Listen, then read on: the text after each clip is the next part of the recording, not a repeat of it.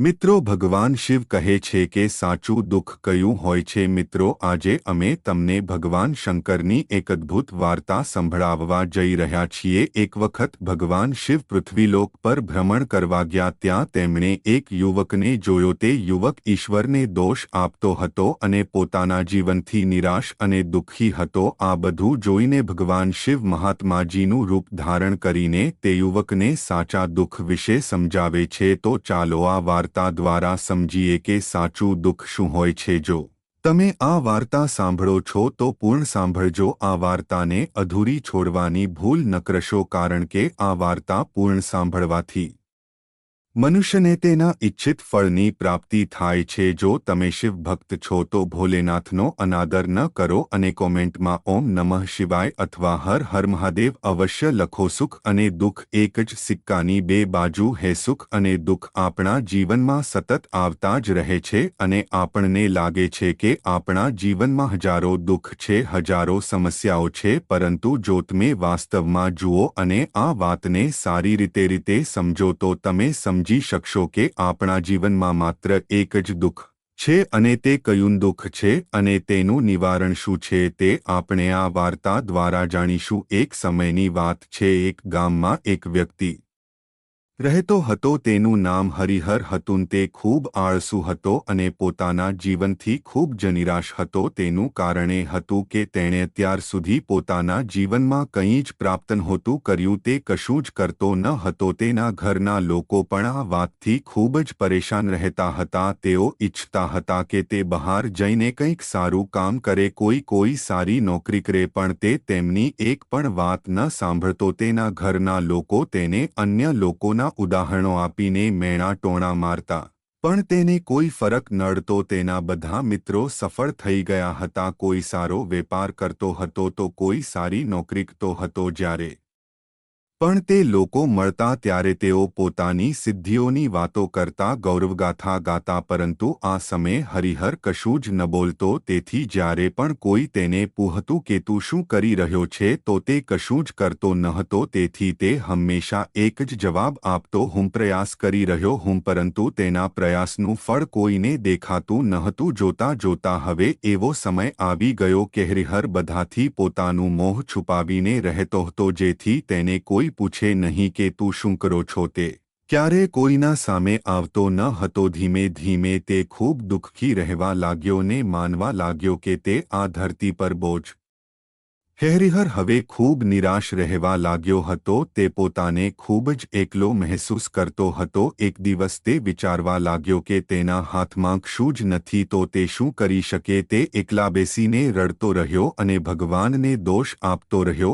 એક દિવસ તે છુપાતો ઘરની બહાર નીકળીને ક્યાંક જઈ રહ્યો હતો. ત્યારે તેણે રસ્તામાં જોયું કે એક મહાત્મા લોકોને પ્રવચન આપી રહ્યા છે અને તે પ્રવચનમાં દુઃખની વાતો કરી રહ્યા છે. હરિહર પોતાનું મોહ છુપાવીને ત્યાં જ ઊભો રહી ગયો, જેથી તેને કોઈ ન જોવે અને ચૂપચાપ મહાત્માજીની વાતો સાંભળવા લાગ્યો. મહાત્માજી બધા લોકોને પ્રવચનમાં કહેતા કે દુઃખ આપણો સૌથી મોટો સાથી છે. દુઃખ આપણને જીવન વિશે સમજાવે છે અને સાચું જીવન જીવવાનો રસ્તો બતાવે છે. દુઃખ એ આપણા ગુરુની જેમ છે, જેમાંથી આપણે શીખવું જોઈએ. તમે ઈચ્છો તો તમારા જીવનમાં તમારા દુઃખોને તમારો ગુરુ બનાવી શકો છો અને તેમાંથી શીખી શકો છો, અથવા તો તમે તમારા દુઃખો પર બેસીને રડી શકો છો, પરંતુ આથી તમને કોઈ લાભ નહીં મળે અને તમે દિવસેને દિવસે વધુ નબળા અને નિરાશ બનતા જશો. હરિહર છુપાઈને મહાત્માજીની વાતો સાંભળતો હતો. જેવો જ ઉપદેશ પૂરો થયો તે મહાત્માજી પાસે ગયો અને કહેવા લાગ્યો, હે મહાત્માજી, તમે થોડા સમય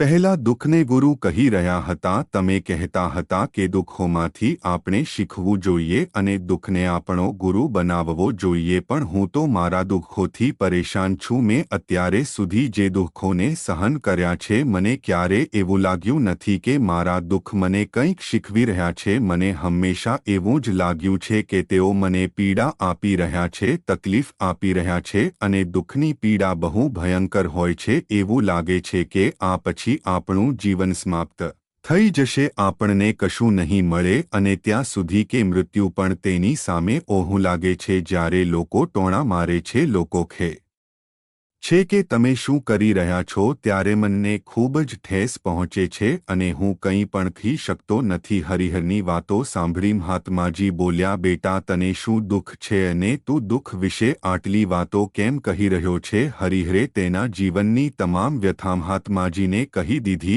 અને પૂછ્યું, હે મહાત્મા, શું તમારી પાસે મારા દુઃખનો કોઈ ઉકેલ છે? હરિહરની વાતો સાંભળી મહાત્માજી સ્મિત કરી અને બોલ્યા, બેટા, જ્યારે તારા જીવનમાં સાચું દુઃખ આવે ત્યારે મારી પાસે આવી જજે, હું તારા દુઃખનો ઉકેલ જરૂરથી જણાવીશ. હરિહર મહાત્માજીની વાતો સાંભળી વિચારોમાં ખોવાઈ ગયો. તેને સમજાતું નહોતું કે જે દુઃખ તેણે અત્યાર સુધી સહન કર્યા છે તે સાચા દુઃખ નથી. તેણે જે પીડા ભોગવી, લોકોએ જે મેણા ટોણા માર્યા અને જે તકલીફો ઉઠાવી, શું તે સાચા દુઃખ નથી? તેમનમાં ને મનમાં વિચારતો, જ્યારે મારા પોતાના લોકો જ મને સમજ્યા નથી તો આ મહાત્માજી મને શું સમજશે? આ વિચારો સાથે હરિહર ઘરે પરત ફર્યો. હવે તે લોકોના ટોણા સાંભળીને ખૂબ થાકી ગયો હતો અને ખૂબ નિરાશ થયો હતો. તેના કારણે તેણે નક્કી કરી લીધું કે હવે તે કંઈક કરી બતાવશે. હરિહરે તેના પિતા પાસેથી થોડા રૂપિયા લીધા અને તે રૂપિયા લઈને એક નાનો વેપાર શરૂ કર્યો. તેના પિતા ખૂબ જ ખુશ હતા કે તેમનો દીકરો કંઈક કરવાનો પ્રયાસ તો કરી રહ્યો છે, પરંતુ તેને વેપારમાં કોઈ સફળતા મળતી ન હતી, જેના કારણે તે હતાશ અને નિરાશ થઈ ગયો. હરિહરને સમજાતું ન હતું કે તે શું કરે અને કઈ રીતે તે પોતાના વેપારને આગળ વધારે. ત્યારે તેના પિતાએ તેને કહ્યું, બેટા, કોઈ વાંધો નહીં, તું પ્રયત્ન કરતો રહે, આજે નહીં તો કાલે સફળતા જરૂર મળશે. હરિહરે તેના પિતાની વાત માની. હવે તે પોતાના વેપારમાં વધુ મહેનત કરતો હતો. ધીમે ધીમે તેને સફળતા મળવા લાગી અને પછી માત્ર 2 વર્ષમાં જ તે એક મોટો વેપારી બની ગયો. હવે તેને ધન દોલતની કોઈ કમી ન હતી. જે લોકો પહેલા હરિહરને પસંદ કરતા ન હતા તે લોકો હવે તેને પસંદ કરવા લાગ્યા, તેની ચિંતા કરવા લાગ્યા અને તેના કામની પ્રશંસા કરવા લાગ્યા. તેના માતાપિતા પણ હવે તેના દીકરાથી ખૂબ ખુશ હતા અને તેની સફળતાથી અત્યંત પ્રસન્ન હતા. ધીમે ધીમે હરિહરના મિત્રોની સંખ્યા સતત વધતી જતી હતી. હરિહરના કેટલાક મિત્રો તેને સલાહ આપતા કે તેણે પોતાના વેપારને વધુ ઝડપથી વધારવો જોઈએ. જ્યારે તું આજે માત્ર આ નગરનો સૌથી મોટો વેપારી છે ત્યારે તું આટલો બધો ખુશ છો, તારી સાથે ઘણા બધા લોકો છે. તું વિચાર કે જ્યારે તું આ રાજ્યનો સૌથી મોટો વેપારી બની જશે તો તારે ત્યાં લોકોની ભીડ જામી જશે. લોકો તારી સાથે મળવા માટે સમય કાઢશે અને આ રાજ્યનો રાજા પણ તને મળવા માંગશે અને તે તારી પ્રશંસા કરશે. જો ક્યારેક એવી જરૂરિયાત આવી તો તે તારા પાસેથી ધન પણ ઉધાર લેવા આવશે. હરિહરને તેના મિત્રોની આ વાત બહુ ગમી. હરિહરે વિચાર્યું કે મારા મિત્રો સાચું કહે હે, મારે મારા વેપારને વધારે ફેલાવવો જોઈએ, ત્યારે જ બધા લોકો મને ઓળખશે. તેણે વિલંબ કર્યા વગર અને સમય બગાડ્યા વગર વધુ મહેનત કરવાની શરૂ કરી, પરંતુ આ વખતે તેના મનમાં ધીરજ ન હતી, જેના કારણે તેણે કેટલાક અયોગ્ય પગલાં ભર્યા જેથી તેનો વેપાર ઝડપથી વધુ મોટો બની જાય છે. તેણે ઘણા લોકો પાસેથી વધુ રકમ ઉધાર ઉપર લીધી, જેનાથી તેના ઉપર ઘણું ખર્ચ વધી ગયું ને એટલું જ નહીં, તેણે વધુ નફો કમાવવા માટે પોતાના માલની ગુણવત્તા પણ બગાડી, જેના કારણે હવે તેના માલમાં તે ગુણવત્તા નહોતી રહી જે પહેલાં હતી. પરંતુ તે તેના મિત્રોની વાત સાંભળતો રહ્યો. જેમ તેના મિત્રો કહેતા તેમ જ કરતો રહ્યો, અહીં સુધી કે તેણે પોતાના વેપારને વધુ ઝડપથી વધારવા માટે બીજા નાના વેપારીઓ વિરુદ્ધ કાવતરું રચવાનું શરૂ કર્યું. આ કારણે હવે તેની માનસિક શાંતિ ભંગ થઈ ગઈ હતી. તેને હવે રાત્રે ઊંઘ નહોતી આવતી. હવે તેના મનમાં માત્ર એક જ વિચાર રહેતો હતો, તેવી રીતે તેનો વેપાર સમગ્ર રાજ્યમાં ફેલાય અને તે રાજ્યનો સૌથી મોટો વેપારી બને. તે દિવસ રાત જ પ્રયત્નમાં લાગેલો રહેતો કે તેનો વેપાર સદગથી વધુ મોટો બને. હરિહર પાસે નોકર ચાકરને તમામ સુવિધાઓ હોવા છતાં તે આ સુવિધાઓનો આનંદ ઉઠાવી શકતો ન હતો, કારણ કે તેનું સંપૂર્ણ ધ્યાન માત્ર પોતાના વેપારને ઉન્નતિ પર જ હતું. એક દિવસ હરિહર એક માર્ગ પરથી પસાર થઈ રહ્યો હતો, ત્યારે તે રસ્તામાં તે મહાત્માના આશ્રમને જોયો. તે આશ્રમને જોઈને હરિહર તે મહાત્મા પાસે ગયો ને તેમને કહ્યું, હે મહાત્માજી, તમે કહ્યું હતું કે જ્યારે મારા જીવનમાં કોઈ સાચું દુઃખ આવે ત્યારે હું તમારી પાસે આવું. આજે હું અહીં એટલા માટે આવ્યો છું કારણ કે હું બહુ દુઃખી છું. હું રાત્રે ઊંઘી શકતો નથી. મારી પાસે બધું હોવા છતાં હું તેમનો આનંદ ઉઠાવી શકતો નથી. હરિહરે તેની બધી વાતો મહાત્માજીને જણાવી. મહાત્માજીએ હરિહરને કહ્યું, બેટા, જ્યારે તું પહેલીવાર આવ્યો હતો ત્યારે પણ તું બહુ દુઃખી હતો, પરંતુ તું એ સમયે તારા દુઃખમાંથી શું શીખ્યો હતો? મહાત્માજીની વાતો સાંભળી હરિહરે જવાબ આપ્યો, હે મહાત્માજી, જ્યારે હું મારા જીવનમાં કંઈ કરી શકતો ન હતો ત્યારે મેં મારા દુઃખોમાંથી એ શીખ્યું હતું કે માત્ર વિચારવાથી કંઈ થતું નથી. આપણે કંઈક કરવું પણ પડે છે અને માત્ર કાર્ય કરવું એ જ સફળતા નથી. તે કાર્યને તેની અંતિમ જગ્યાએ પહોંચાડવું જ આપણને સફળ બનાવે છે. પછી ભલે રસ્તો કેવો પણ હોય, પરિસ્થિતિઓ કેવી પણ હોય, કોઈ પણ અવરોધ આવતા હોય તો પણ હિંમત હારવી ન જોઈએ, આશા છોડવી ન જોઈએ અને પોતાના કાર્યમાં લાગેલા રહેવું જોઈએ. એ વિચારીને કે જ્યાં સુધી હું મારા કાર્યને સફળ નથી ન કરી લઉં ત્યાં સુધી હું આ કાર્યને કરતો રહું. હું આ કાર્યમાં જરૂરથી સફળ થઈશ, કારણ કે લોકો માત્ર સફળ લોકોની જ કદર કરે છે, તેમના કાર્યોની નહીં. હરિહરની આ બધી વાતો સાંભળીને મહાત્માજીએ કહ્યું, બેટા, જ્યારે તારા જીવનમાં સાચું દુઃખ આવે ત્યારે તું મારી પાસે આવજે. હું તારી સમસ્યાનું જરૂરથી સમાધાન કરીશ. આટલું કહીને મહાત્માજી ત્યાંથી ચાલ્યા ગયા. હરિહર ફરીથી મહાત્માજીની આવી વાતો સાંભળીને આશ્ચર્યચકિત થઈ ગયો. તેને હજુ એ સમજમાં નથી આવતું હતું કે તેણે જે તકલીફો સહન કરી હે, શું તે સાચું દુઃખ નથી? હરિહરના મનમાં એક સવાલ ઉત્પન્ન થવા લાગ્યો કે સાચું દુઃખ શું છે અને તેની ઓળખ શું છે અને મને કેવી રીતે ખબર પડશે કે હું સાચા દુઃખમાં હું? ત્યારે તે મહાત્મા હરિહર પાસે એક મોટો ઘડો લઈને આવ્યા. તે ઘડામાં સોનાના સિક્કા હતા. તે ઘડાને હરિહરને આપીને મહાત્માજીએ કહ્યું, બેટા, આ ઘડાને તું ઝાડ નીચે માટીમાં દબાવી દે, કારણ કે હવે આ ઘડો મારા કંઈ કામનો નથી. જ્યારે મારે તેની જરૂર પડશે ત્યારે હું તેને ખોદીને કાઢી લઈશ, પણ અત્યારે તું તેને ત્યાં માટી નીચે દબાવી દે. હરિહરે મહાત્માજીની વાત માનીને તે ઘડો માટીમાં દબાવી દીધો. આ બધું કરીને હરિહરે મહાત્માજીને પ્રણામ કર્યા અને ત્યાંથી પાછા પોતાના ઘર તરફ જવા લાગ્યો. ધીરે ધીરે સમય પસાર થતો ગયો. સમય સાથે હરિહરે વેપારમાં વધુ પ્રગતિ કરી, પરંતુ માલની ગુણવત્તા સારી ન હોવાને કારણે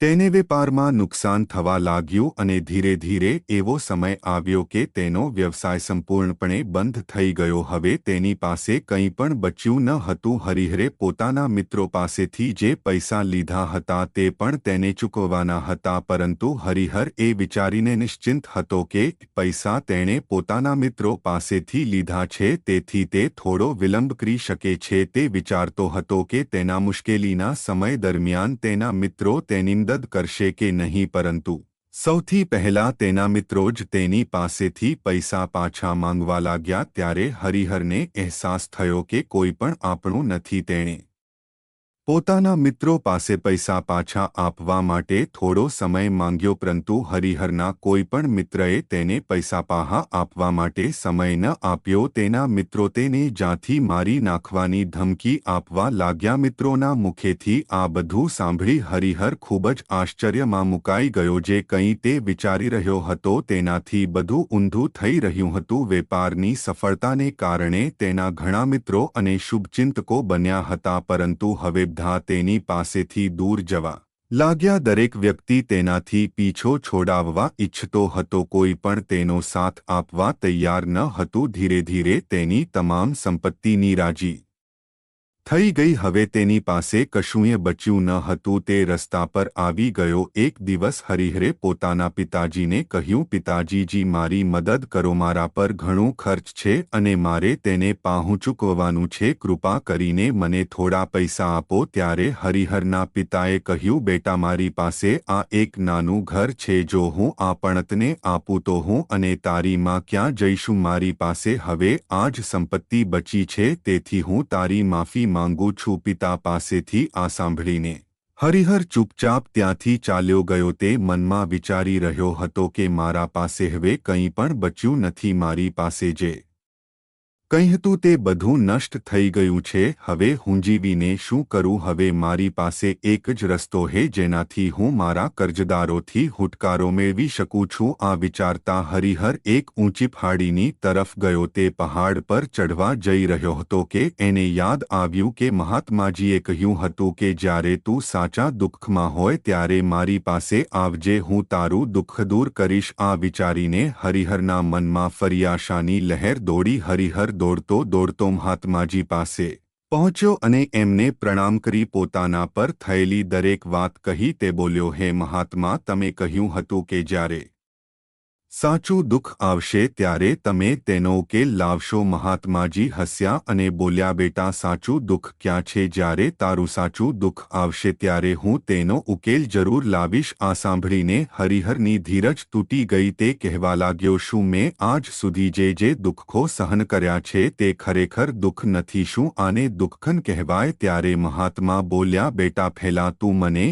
એ જણાવ કે તું તારા દુઃખોમાંથી શું શીખ્યો? હરિહરે જવાબ આપ્યો, હાથમાં મેં એ શીખ્યું કે જે લોકો તમારી સફળતામાં તમારો પીછો કરે છે તે લોકો જરૂર તમને દગો આપશે. આવા લોકો ક્યારે તમારા ખરાબ સમયમાં તમારો સાથ નથી આપવાના, પણ ફક્ત તમારો ફાયદો ઉઠાવવાના પ્રયત્ન કરે છે. તેથી આવા લોકો પર વિશ્વાસ ન કરવો, પરંતુ જે લોકો તમારી અસફળતા અને ખરાબ સમયમાં તમારી સાથે ઊભા રહે છે તે જ તમારા સાચા મિત્ર છે અને એ જ સાથે ઊભા રહે છે. અને એવા લોકો તમને બહુ ઓછા મળે છે. જેમને પણ આવા લોકો મળે છે તેમણે હંમેશા તેમની કદર કરવી જોઈએ. જ્યારે પણ આપણે કોઈ કાર્ય કરીએ તો તેને પૂરી ઈમાનદારીથી કરવું, ધીરજ રાખવી અને લોભ ન કરવો, કેમ કે એવું કરવાથી આપણા પર ખરાબ અસર થશે અને આપણે હંમેશા નુકસાનીમાં જ રહીશું. હરિહરની વાતો સાંભળીને મહાત્માજી તેને ઘડા પાસે લઈ ગયા, જ્યાં તે ઘડો માટીમાં દબાવ્યો હતો. મહાત્માજીએ ખાડો ખોદી અને તે ઘડો હરિહરને આપીને કહ્યું, આ લે અને અત્યારે આમાંથી તારું કામ ચલાવ, અને જ્યારે તારા જીવનમાં સાચું દુઃખ આવે ત્યારે તું મારી પાસે આવજે, હું તેનો ઉકેલ જરૂર જણાવીશ. હરિહર મહાત્માજીની આ વાત સાંભળીને હેરાન રહી ગયો. તેને સમજમાં નથી આવી રહ્યું હતું કે આ સાચું દુઃખ શું છે, પરંતુ તેણે પોતાના હાથમાં પકડી રાખેલા ઘડા જોયો જેમાં સોનાના સિક્કા હતા.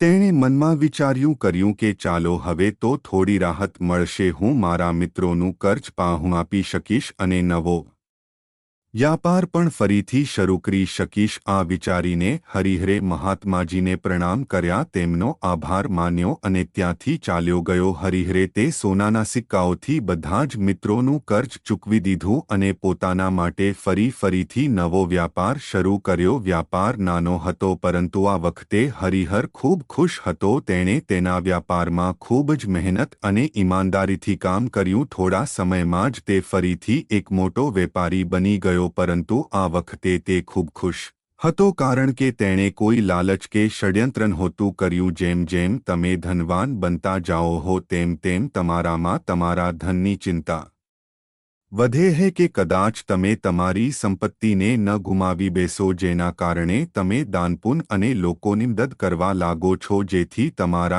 જીવનમાં ક્યારે દુઃખ ન આવે. પણ જીવન તો સુખ અને દુઃખનું સંગમ છે, જેના કારણે દરેક વ્યક્તિએ સુખ અને દુઃખમાંથી પસાર થવું જ પડે છે. તેના લીધે એક દિવસ હરિહરના જીવનમાં ફરી દુઃખનું આગમન થયું. તેના માતાપિતા બંનેનું મૃત્યુ થઈ ગયું. હરિહર તેના માતાપિતાને ખૂબ જ પ્રેમ કરતો હતો, તેથી તેને ખૂબ જ આઘાત લાગ્યો. જ્યારે તેણે છેલ્લી વાર તેમને જોયા ત્યારે તેના મનમાં હજારો પ્રશ્નો આવ્યા. હરિહરે વિચાર્યું કે જે સંપત્તિ માટે તે હંમેશા ઝઘડતો અને સંઘર્ષ કરતો રહ્યો તે સંપત્તિની સંભાળ રાખવા માટે આજે કોઈ ન હતું. તેના માતાપિતાએ જે મહેનત કરીને જીવનમાં કમાયું તે બધું જ અહીં રહી ગયું, પરંતુ હવે બધું સમાપ્ત થઈ ગયું હતું. હરિહરનું મન હવે ખૂબ જ બેચેન થઈ રહ્યું હતું. તેના મનમાં હજારો પ્રશ્નો ઊભા થઈ રહ્યા હતા અને તે પોતાને બહુ એકલો મહેસૂસ કરતો હતો. ત્યારે તેને તે મહાત્માજીની યાદ આવી. તે તરત જ દોડીને તે મહાત્માજી પાસે પહોંચી